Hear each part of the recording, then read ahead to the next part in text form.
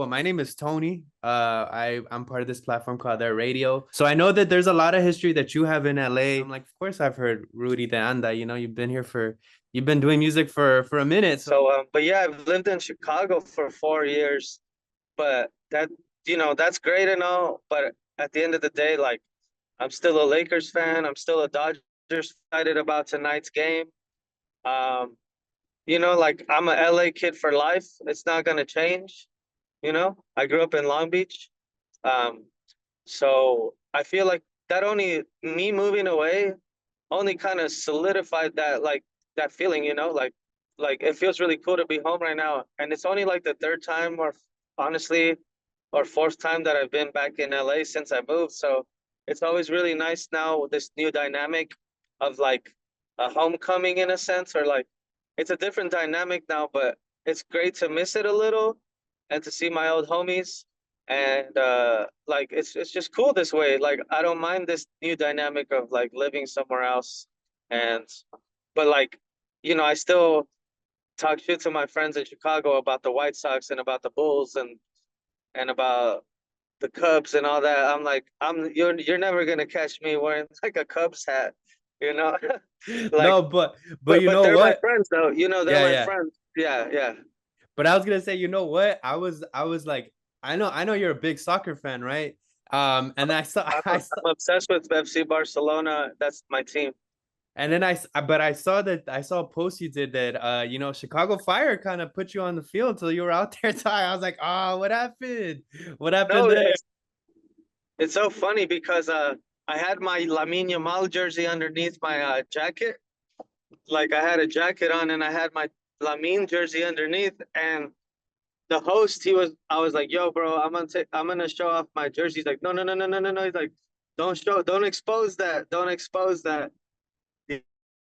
He's like, he's like, you're gonna get in trouble. And I was like, all right, whatever. But then when we finished the interview and he walked away, I still took off the jacket and I pointed to like the Lamine number on the back to the crowd, and I heard some boos. So Oh man. I wanted it. No, I wanted that. I wanted that. I wanted all the smoke. Um, so it was funny, even in my caption when I posted about it, I was like, thanks Chicago Fire for the love, but it's still Barca all day.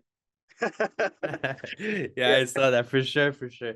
And man, you're talking about being close to you're going back to LA and you're on your road there and stuff, but and you're mentioning like meeting up with friends, but every time you come back to, is there like any type of like memory or feeling that like, comes up once you land there or anything that it makes you think about? Well, I mean, it's different every time, yeah. But like, for instance, this time today, I'll talk about today's. Like, we just drove by like the Echo. We just drove by like El Cid, uh, like venues that I have fond memories in, right? Like playing shows there, or like Los Globos, like venues I don't have such fond memories of playing. And just like driving, we literally just drove down Sunset right now, all the way to like Union Station. So that was already in and of itself plenty of a drive down memory lane for me, because I would always take the train up from Long Beach to go either play shows or watch shows or whatever the hell. Um, Yeah. And I heard you previously share about like that moment at the Echo where you were where one day you were headlining it and then the next day you were working near it, right? So it's been a long journey, right? Since from those times yeah, to now. you could say that, but I keep my private work life that private. But honestly, man, I'm not even gonna front on you. Like I still have those humbling moments all the time. Like, I mean, I recently played a show in Chicago with like Lee Fields and Nila Bamba at this place called Metro, and it's like a legendary venue. Um, and then yeah, the next day, I was at my other job that I have. So, but yeah, it's not as I try to keep it a little bit more private these days. But no, man, absolutely. Like, I've always been a blue collar musician, I like to call it. And like, um, hey man, like anything I've ever gotten, I've earned, and like I don't know, man. You know, survival of the fittest, and I literally have to finish this tour to pay my rent. So, like, Ah, I have no choice. that's So real. Yeah, no, that's I real. think that's a pretty real shit, you know? For Yeah. sure, for sure. Yeah. Yeah, because you know what? Like I remember Rudy the Anda being spoken of, like even when there was like here in LA, you were talking about like the Lollipop Records days, and now, and now like even now, like you're going on to like Coal Mine, is it Coal Mine Records, so there's a lot of, music that's been put out, but as a musician, like having your roots in LA, what are some things that you've learned or you take with you no matter where you go? Here learning things here in LA. Um, well, first of all, man, thank you for not asking boring questions. Or like you actually, I'm just messing with you. Uh, yeah, well, I mean, even the last little podcast I did was literally Randy from No Age. Was like a band I grew up listening to and going to their shows, eventually playing shows with. Um, I don't know, man. There's definitely a certain ethos, or I don't know, like DIY. I would take like the DIY, like I guess like experience I had growing up, putting on our own shows, and like there and in Long Beach, man, we have this like I don't know, we always kind of had this dirty beach garage, dirty sound that you can't really fake, like I remember when the Growlers were youngsters and they would go to Long Beach to watch all the bands play there, and that's absolutely where they picked up that sound from. And I don't care if anyone wants to deny, or if anyone wants to, I remember seeing those at those shows, like back when Tijuana Panthers was playing house shows or dive bars and like shit like that. So I don't know. I mean, today is the anniversary of the passing of one of my hugest mentors, like Ikey Owens, who is from Long Beach.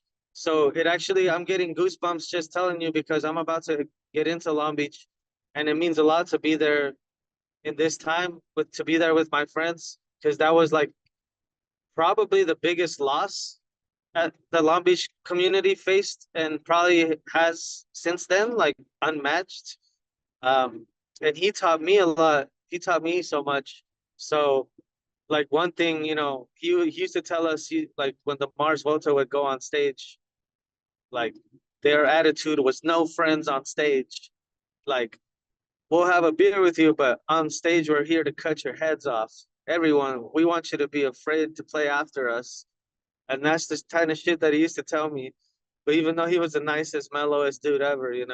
So that's the kind of shit that I took with me. Like even opening for like Duran Jones or Black Pumas, like we try to take it to them, like push them to play harder that night, like because we're bringing it. Like that's the kind of bands I want to play with. And I think us even right now with the Jack Moves, we do that to each other each night. Like, oh shit, Jack Moves are on their shit tonight. All right, fuck, we got, and we've been having so much fun with them, just like, and they're from Jersey, but totally different, like, listic, but I feel like super similar. I don't know, I feel like the way that we feel about, we're kind of like outsiders of soul, like we're like doing more weird shit. We're not like straight ahead, like wearing like bowling shirts and shit like that, like, and like we're not called the somethings, so I was but about like Yeah, yeah, those are still our friends, and they're really talented at what they do.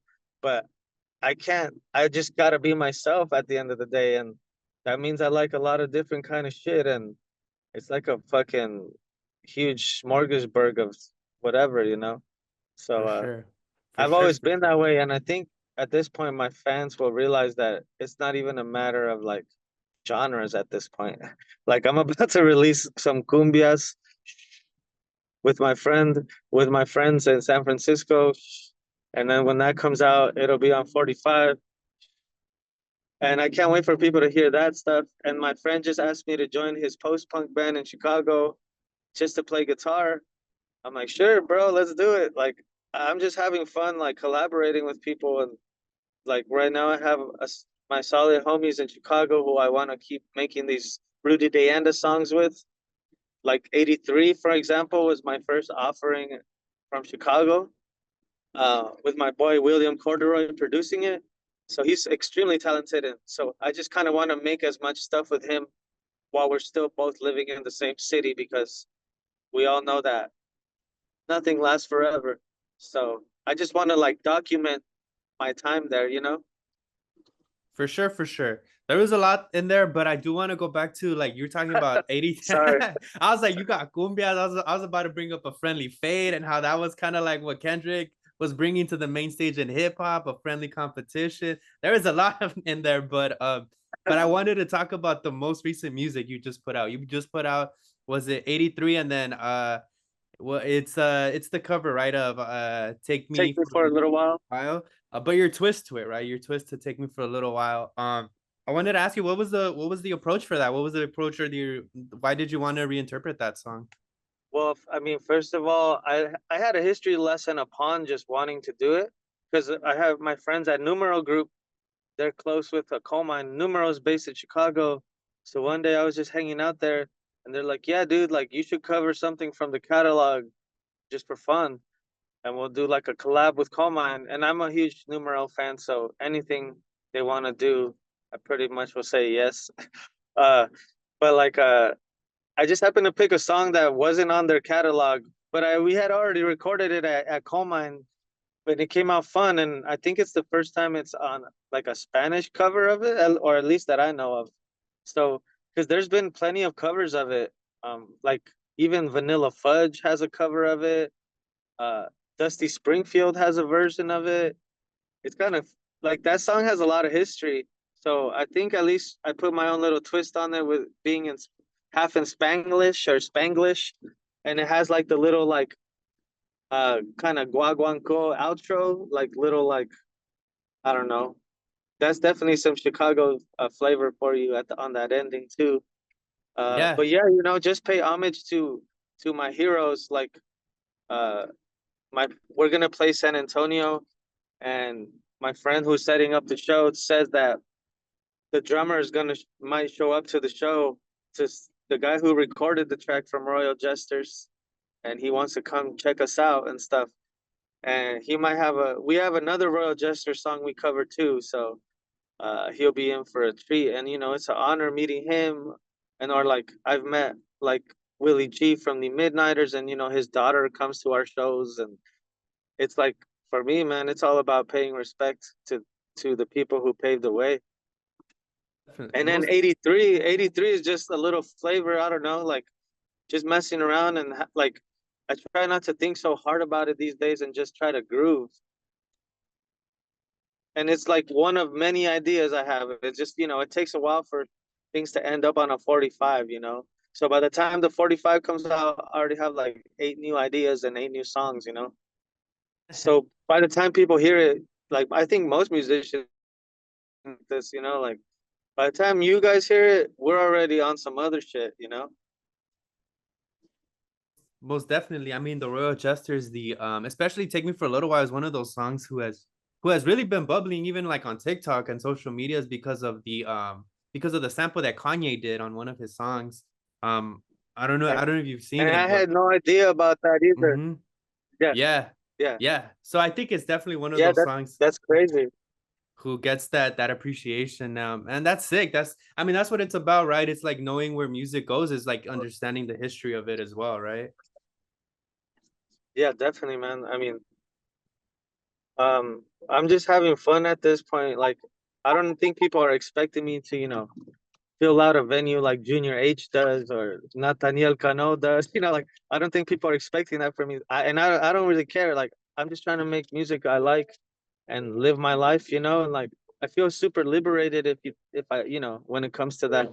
Like I don't know, what are you gonna do? Like I I'm not gonna get a bunch of teenagers to blow my song up on TikTok. Like I don't Hey, but I if it can't be happens, worried it about. happens. Yes, if si pasa, pasa. But I mean, Yeah, I'm just like, you can't worry about that when you're just making art. facts, facts. You know, it's also going back to the 83. I saw the reel that also the hyphenate posted about you wanting, you know, Dr. Dre definitely to check out your song.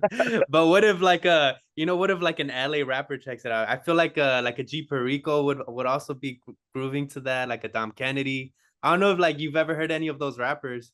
Of course. That I don't think people realize like that. I mean, I literally grew up on like Death Row Records and shit like that. Like, and I love him. I have a MF Doom tattoo. Like, I don't really have to prove that to anyone, but I'm just saying, like, I love hip hop, and I just feel like it's like begging to be sampled. So if you have any homies, dude, that are no, I don't know. I'm just saying, like, that shit is begging to be like rap, like someone to fucking do something. For You know, sure, for sure. I Yeah, I yeah, could yeah. hear like I don't know, like what are these people? He just played Pitchfork too. Man, It was like a big, I feel like also kind of like one of the, like Pink Sifu or some shit like that. oh, Pink Seafood. Yeah, yeah, yeah, yeah, Like yeah. or like that whole crew or like Boldy James or some shit. I don't Goldie know. Like James, Mike. yeah, Yeah, yeah. I feel like those people would slay that track. If I know Yeah, anybody, I'll send it over. Hey, check this if track they're out. if they're vibing with it, like we even tried sending it to a couple of folks. Hmm. But it has to be organic, For sure, So for yeah. sure, for sure. Um, I was also a few of the music you put out. One of my favorite songs is also Los Canarios, and I also heard you mention that you had a previous band called the Wild Pack of Canaries. Is there any correlation between those two things, or is this something, or am I reaching? No, dude, again, I love dropping nuggets in there. And again, thanks for taking the time to actually know like the stuff we're talking about. But yeah, you're right. Ding ding ding. You mentioned this a little bit earlier about cumbias, and you don't have to get into depth about it, but we do cover a lot of cumbias here in this platform, especially a lot of like the newer cumbias like Turbo, Sonidero, Mixtape, and Which that are, movement, which are right? friends of mine that I've partied with several times in San Jose. Right, Yeah. right. But what are some cumbias you enjoy playing, or what are some cumbias that you've been that's been on rotation for you? Oh man. All right. This is the kind of questions I like, dude. Um, I'm literally pulling up my Spotify like cumbia songs or I don't know. I always well first let's shout out Sonido Gallo Negro first of all because they're like incredible. Like as far as like I saw them in Mexico City recently and they blew my mind. I really like this song called La Voz del Cinchi by this group called Barreto. Uh, we covered recently this one called Cumbia de los Huicholes. Uh, I don't know. There's so many La Culebritica, which is kind of more like Wapango. Um, that song En Mi Escritorio by the or like the one that we've been covering on this tour is called Tus Mentiras by Grupo Chiripa. But you know how like there's like 10, there's like 10 versions of the same song by like 10 different bands and shit. Yeah, Obviously, there is. obviously like Cumbia de los Monjes is a classic, or any Lisandro Mesa. I really like this band Sonido La Changa right now. Uh, Classic legends, or legends in Los Sonidero. Pibes Chorros are like I love like that Argentine shit too. We love Los Askis, or this one cool band, Real RCA, Real Cumbia Activa. I don't think They're I've heard of that one. badass. Yeah, That's check that sick. out. Check Okay. out La Isla. It's called La Isla en el Sol Part Two, La Isla en by el Sol. Real Cumbia Activa. Oh, Okay. and I gotta shout out my homies, Karen y Los Remedios, the Mexico City. Uh, they're badass. So yeah, dude, I've been all over that shit. Or Los Spliffs from Phoenix, they're killing it. Shout out to Los Shadows from San Diego, killing it. I mean, it's incredible. I just saw the Cumbia Queers from Argentina too in Chicago, legends. Uh, For I mean, sure. obviously like Rigo Tobar or La Cumbia de los Kiss. I mean, yeah, I could keep going on, man. I could Yeah. keep going on and on. Well, that's the thing Um, about cumbias, right? It's like it's regional, and a lot of it is also about dedication, right? Um, but if you were to have a cumbia, who would you dedicate it to, or to what place, to what location, to what person, or to anything? Damn, damn. I would dedicate it probably to Mexicali, the place where my family grew up. Even though they're not originally from there, but I'm not sure how many cumbias have been dedicated to Mexicali. So it'd probably be called La Cumbia Cachanilla, because that's what they call us over there. So maybe you just gave me an idea, bro. Yeah, that's what it's about. That's what it's about. It's about dedication. Yeah. This question was Oh, kind hey, was check out too, Cabeza de Chivo from Chicago. They're my Cabeza friends de from over. Chivo. Yeah, check them out. They're about to Okay. drop their first EP, and they've been blowing up over there. So you should Okay. check them out. Okay. Sick, sick, sick. Cabeza is cumbia as well, right? Yeah, but it's like on that dark shit. Like they could easily open for like the OCs. You know what I mean? Like they're Okay. heavy, but then they Yeah. go all over the place. But it's definitely like some of the sickest riffs. A cumbia, like kind of on that chicha, but you know, it's like these days there's not one set way. You know, you just kind of the best bands just do whatever the fuck they want, I think. Yeah, And for sure. obviously, like I can't forget Amantes del Futuro. Obviously, like he's killing it right now Yeah, right on now. tour. He's killing it on tour. I seen him play in Mexico City, and he's a super nice dude. So shout out. Obviously, he's kind of like the MVP right now of the of Yeah, the. he is. But He is for sure. I'll give you one hint though. The shit that I'm putting out is with a close collaborator of someone I've just mentioned that it might be the MVP of right now. But Hey man, that's sick. That's sick. Hey, we should have you on when y'all do put that out though. Whoever it is you're collaborating with in yeah, person. you all Yeah, right, man. You said it. yeah, You said it. I think yeah. it'll be quite the surprise too. And the Mhm. label that it's gonna come out on too. I just saw them and they're like, "Hey, Rudy, would you mind flying out for that? And you could promote the promote it a little bit." And I'm like, "Sound, don't tell me with a good time." And yeah, my label Comine already gave me the blessing to do it. So here we are. That's sick, man. That's sick. And I think it's also adding we had an earlier episode talking about the cumbia renaissance, and I feel like this will definitely fit into that and build onto that movement that's Hey, happening well, at the moment. shout out to cumbia bands that can sing in Spanish and aren't on that Taco Bell cumbia vibes and on that Casa Amigos cumbia vibes. Sorry, Hey, you know, if it's I don't know. It's like it's definitely a renaissance, but when a renaissance happens, what happens? People want to cash in it uh dilutes, it dilutes for sure. and there's some people find those easily accessible bands that put it to them on a plate like that. Like, oh, I like this. I've never heard this. Like, what are you talking about? Like, you, the Mexican community was playing this shit for the last 30 years. Don't act like you haven't heard this song before, just because some dude in like some Hawaiian shirt is playing it for you now, and it's making it accessible for you now. Like, That, you know what happens? It's that, and also the perspective changes on the music and the culture, right? Because if yeah, we're talking exactly. about like a few years ago, I'm talking about like when I was growing up with cumbia and sonideros, like it was seen a certain type of way, right? It wasn't seen as like the way it is now. Now it's like it's going with the regional music as well. So the perspective changes with it, you know? Of course, like like even like in Mexico, it used to be like nacos or like oh los nacos or like oh las Exactly. tías or los tíos or like the people la gente pobre, no?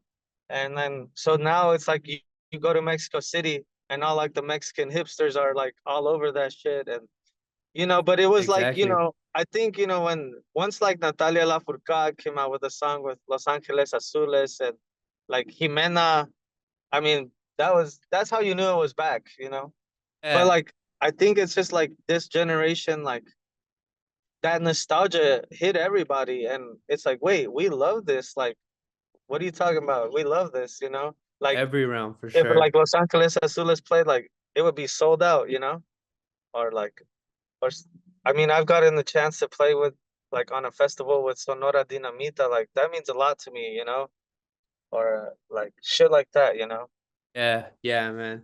Um, there's we're running close to time, but there is one question that I felt that I needed to ask you. And we're talking about the roots in LA, but also there's a lot of movement that's happened, right? You've moved to Long Beach, you moved to Las Vegas and then Chicago and LA, so a lot of back and forth. But my question to all of that is like, why has music been so important to you? Just even at a young age.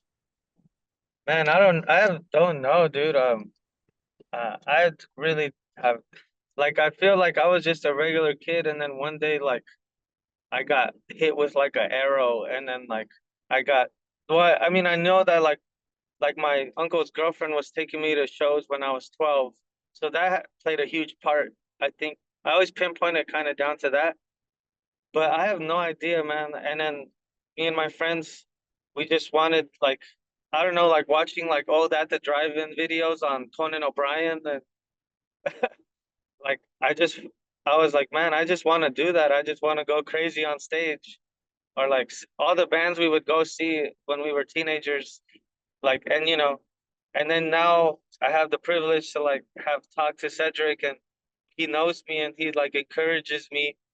Like, that's all the wings I need, dude. That's like a deal to me. So I don't know. At this point I don't even know what else I would be doing. Probably like trying to attempt to be a soccer coach somewhere. Or just like, I mean, live a simple life. I don't know, man. Like, I just feel like I would definitely be doing something else by now if I didn't truly love what I was doing, you know? And like, it only leads me to traveling, which is my own other love in life. I love traveling. I love seeing new places, even if they're weird and sketchy sometimes, but like, I just love life experience. So music has always given me the ability to go different places. Like I've already played Toronto 4 times. Like that's kind of wild. Or like, but now we're trying to go. The goal is that we're going to go to Europe next fall. So I've always had that on my bucket list. So thanks to music, you know. That's sick. Yeah, yeah. Hey, hopefully you get to catch a Barca game over there, huh? Oh man, yeah, I'm eventually gonna move over there, dude, guaranteed.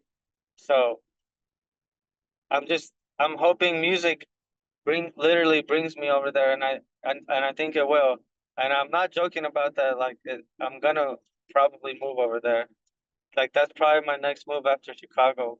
It's either there or Mexico City. Um, so yeah, man, just keep the train rolling and keep getting inspired. Like if it wasn't for Chicago, like I would have no idea about what good house music is or stuff like that. Um, so I've learned a lot there, and I just want to keep soaking it all in and just have fun because the clock is ticking. I don't have a watch on, but the clock is ticking. So I've literally lived like I enjoy life by the day. I don't know. You gotta really soak it in, man. For sure, man. For sure, for sure. Hey, man. Well, hopefully it does take you there, and hopefully you also get safely to your next location. Thank y'all for coming through and like really stopping by, talking to us on the road. You're literally on the road, man. I'm So literally, yeah. yeah. Here's Chris, my drum. Chris Hey, Sanchez what's on up, drum. Chris? Oh, no, he's focused. What's up, Chris? he's fucking. He's Yeah, yeah, no, no, I'm gonna let him be. I'm gonna let him be. But hey, man, we're excited. We're gonna go catch you on Friday. Their radio team will definitely go check you out and see how the music sounds live. Yeah, man. Well, I love to meet you guys in person. We'll have a little mezcal, and no, I'm not lying to you. This is probably one of my favorite interviews so far on this run. So thank you, man, Hell and yeah, stay up, and yeah, I'll let you know about the cumbia stuff when it comes hell along. yeah, yes, sir. All right, for sure, Rudy. Take care. Be safe. Talk to you soon. Peace.